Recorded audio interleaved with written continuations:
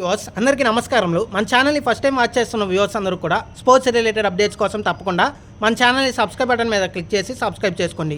ఎందుకంటే మన ఛానల్ని మీరు సబ్స్క్రైబ్ చేసుకుంటే మన ఛానల్లో వచ్చే స్పోర్ట్స్ అప్డేట్స్ అనేవి మీకు త్వరగా వేగంగా వచ్చే అవకాశం అయితే ఉంది. 10 సంవత్సరాల నాటి పగ ప్రతీకారం తీర్చుకునే సమయం ఆసన్నమైంది. 2 సంవత్సరాల క్రితం చివరి వరకు వచ్చిన కప్పును లాగేసిన కంగారు పెట్టే సమయం ఆసన్నమైంది.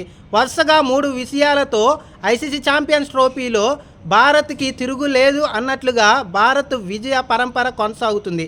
ఈరోజు ఆస్ట్రేలియాతో సెమీఫైనల్కి అమీతుమీ తేల్చుకుని తమ సత్తా ఏంటో మొత్తం ప్రపంచానికి తేల్చి ప్రతీకారం తీర్చుకోవాలి అని భారత్ జట్టు తహతహలాడుతుంటే, వరుసగా ఐసీసీ ట్రోఫీలలో తమకు ఎదురు లేదు అని ఆస్ట్రేలియా భావిస్తుంది. ఈసారి కూడా భారత్పై ఘన విజయం సాధించి మరొకసారి భారత్కి షాక్ ఇవ్వాలని ఆస్ట్రేలియా జట్టు అయితే భావిస్తుంది. మరికొద్ది గంటల్లో ఈరోజు జరగబోతున్న సెమీఫైనల్లో గెలుపెవరిది, అసలు జట్లు బలహీనతలు ఏంటి అనే దాని గురించి ఈ వీడియోలో క్లియర్ కట్గా అయితే చూద్దాం. ఇప్పటికే భారత్ జట్టు వరుసగా ఐసీసీ ఛాంపియన్స్ ట్రోఫీలో 3 విజయాలు సాధించింది. ఈ 3 విజయాలు సాధించిన ఊపుతోనే ఈరోజు సెమీఫైనల్లో బరిలోకి దిగి కంగారు పెట్టి గత ఓటములు ఐసీసీ ఈవెంట్లో జరిగిన అవమానాలను అన్నిటినీ కూడా పూర్తిగా పరిగణలోకి తీసుకుని వాటన్నిటికీ కూడా ప్రతీకారం తీర్చుకోవాలని భారత్ జట్టు భావిస్తుంది. మరొక పక్కన ఆస్ట్రేలియా మాత్రం ఈసారి కూడా ఐసీసీ ఈవెంట్లో తమకు భారత్పై మంచి రికార్డు ఉంది కాబట్టి ఈసారి కూడా ఆ రికార్డుని కొనసాగించాలి, అలాగే భారత్ని మట్టి కనిపించాలని అయితే ఆస్ట్రేలియా జట్టు భావిస్తుంది. ఇక మనం చూసుకుంటే భారత్ జట్టులో కోహ్లీ కానీ, రోహిత్ శర్మ కానీ, గిల్ కానీ వరుసగా సెంచరీలు చేసి కొంచెం ఫామ్లోకి రావటం భారత్కి కలిసి వచ్చే అంశం. ఇప్పటికే సౌత్ ఆఫ్రికాతో జరిగిన సిరీస్లో చాలా నెలల తర్వాత రోహిత్ శర్మ సెంచరీ చేసి మంచి టచ్లోకి వస్తే, కోహ్లీ కూడా ఈ ఐసీసీ ఛాంపియన్స్ ట్రోఫీలో మనం చూసుకుంటే పాకిస్తాన్ జట్టుపై సెంచరీ చేసి మంచి టచ్లోకి అయితే వచ్చాడు. మరొక పక్కన బంగ్లాదేశ్పై సెంచరీ చేసిన శుభం గిల్ కూడా మంచి ఫామ్లోకి అయితే రావటం జరిగింది. కాబట్టి ఓవరాల్గా మనం చూసుకుంటే వరుసగా మొదటి 3 ప్లేయర్స్ గిల్ కానీ, కోహ్లీ కానీ, రోహిత్ శర్మ కానీ సెంచరీలతో ఫామ్లోకి రావటం భారత్కి కలిసి వచ్చే అంశం. వీళ్ళతో పాటుగా హార్దిక్ పాండ్యా, అలాగే మనం చూసుకుంటే రవీంద్ర జడేజాతో పాటుగా అక్షర్ పటేల్, అలాగే కేఎల్ రాహుల్ వీళ్ళకి సహకారం అందించి మిడిల్ ఆర్డర్లో బాగా రాణిస్తే భారత్కి విజయ అవకాశాలు మెరుగుపడే సూచనలు అయితే ఉన్నాయి. ఇప్పటికే శ్రేయస్ అయ్యర్ని మనం చూసుకుంటే బ్యాక్ టు బ్యాక్ హాఫ్ సెంచరీస్తో ఫామ్లోకి అయితే వచ్చేసాడు. కాబట్టి ఆస్ట్రేలియాపై జరిగే మ్యాచ్లో ఖచ్చితంగా శుభం గిల్, రోహిత్ శర్మ, శ్రేయస్ అయ్యర్తో పాటుగా మనం చూసుకుంటే విరాట్ కోహ్లీ వీళ్ళ నలుగురిలో ఎవరో ఒకరు 50 లేదా 100+ రన్స్ చేసే అవకాశం అయితే ఉంది. కాబట్టి వీళ్ళ నలుగురు బాగా ఆడితే ఆసీస్ని ఓడించడం పెద్ద కష్టమేమీ కాదు. ఇక బౌలింగ్ లైనప్ విషయానికి వస్తే భారత్ కుల్దీప్ యాదవ్, వరుణ్ చక్రవర్తి ఫామ్లోకి రావడం మంచి శుభపరిణామం. అలాగే వీళ్ళతో పాటుగా షమీ కూడా మంచిగా బౌలింగ్ చేస్తే మాత్రం చుక్కలు చూపించే అవకాశం అయితే ఆస్ట్రేలియా జట్టుకి అయితే ఉంది. కాబట్టి ఓవరాల్గా మనం చూసుకుంటే ఆస్ట్రేలియాపై విజయం సాధించాలంటే భారత్ ముఖ్యంగా టాస్ గెలిస్తే బౌలింగ్ తీసుకునే అవకాశం అయితే ఉంది. బౌలింగ్ తీసుకున్న తర్వాత కూడా ఎర్లీగా వికెట్ తీసి 300 కంటే తక్కువగా రన్స్ని కట్టెచ్ చేస్తే మాత్రం భారత్కి విజయ అవకాశాలు పెరిగే అవకాశం అయితే ఉంది. కాబట్టి ఓవరాల్గా బ్యాట్స్మెన్, బౌలర్స్ అందరూ ఫామ్లో ఉన్నారు. కాబట్టి 10 సంవత్సరాల నాటి పగ, అలాగే గత 2 సంవత్సరాల క్రితం వరల్డ్ కప్ ఫైనల్లో ఎదురైన ఓటమికి ఆస్ట్రేలియాపై ఖచ్చితంగా ఈసారి పగను ప్రతీకారాన్ని తీర్చుకుంటుందని భారత్ అభిమానులు ఆశిస్తున్నారు.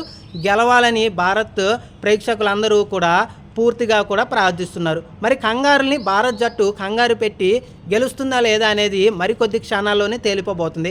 ఇక ఆస్ట్రేలియా జట్టు విషయానికి వస్తే ఆస్ట్రేలియా జట్టు కూడా చాలా బలంగా ఉంది. ఆస్ట్రేలియా జట్టు కొత్త వాళ్ళను తీసుకుని వస్తుంది, అలాగే కొత్త ప్లేయర్స్ని కూడా చాలా టాలెంటెడ్గా మారుస్తుంది. మనం చూసుకుంటే ఆస్ట్రేలియా జట్టు కూడా ముఖ్యంగా మనం చూసుకుంటే శ్రీలంక మీద వరుసగా వైఫల్యాలు వచ్చినప్పటికీ కూడా ఐసీసీ ఈవెంట్స్ అంటేనే మాత్రం ఆస్ట్రేలియాకి పూనకాలు వచ్చేస్తాయి. మనం చూసుకుంటే హెడ్ కానీ, అలాగే మనం చూసుకుంటే ఇటు స్టీవెన్ స్మిత్ కానీ, లబుషేన్ కానీ అందరూ కూడా ఫామ్లోకి అయితే వచ్చారు. కాబట్టి ఓవరాల్గా మనం చూసుకుంటే ఇటు షాట్ కానీ అందరూ కూడా ఫామ్లోకి వచ్చారు. కాబట్టి ఆస్ట్రేలియా జట్టు కూడా ఈసారి ఖచ్చితంగా మరొకసారి భారత్పై విజయం సాధించాలి.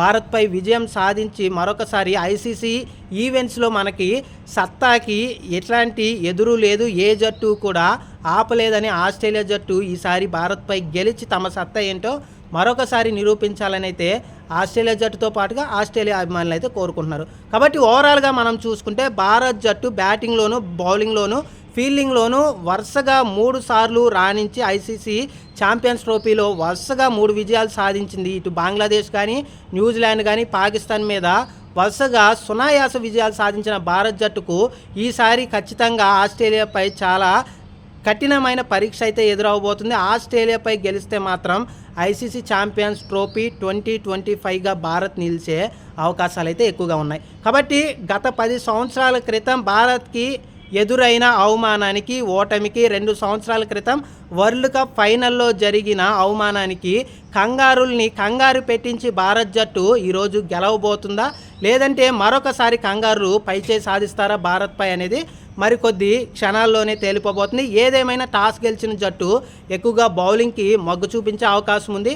కాబట్టి ఆస్ట్రేలియాలో కూడా మనం చూసుకుంటే మ్యాక్స్వెల్ కానీ, షాట్ కానీ, స్టీవెన్ స్మిత్ కానీ, లబుషేన్ కానీ, అలాగే ఇటు మనకి చాలా మంచి హెడ్ కానీ, ఇలాంటి మంచి బ్యాట్స్మెన్స్ అలాగే బౌలర్స్ కూడా ఉన్నారు. కాబట్టి ఆస్ట్రేలియాని ఎలాగూ తక్కువ అంచనా వేసే పరిస్థితి లేదు.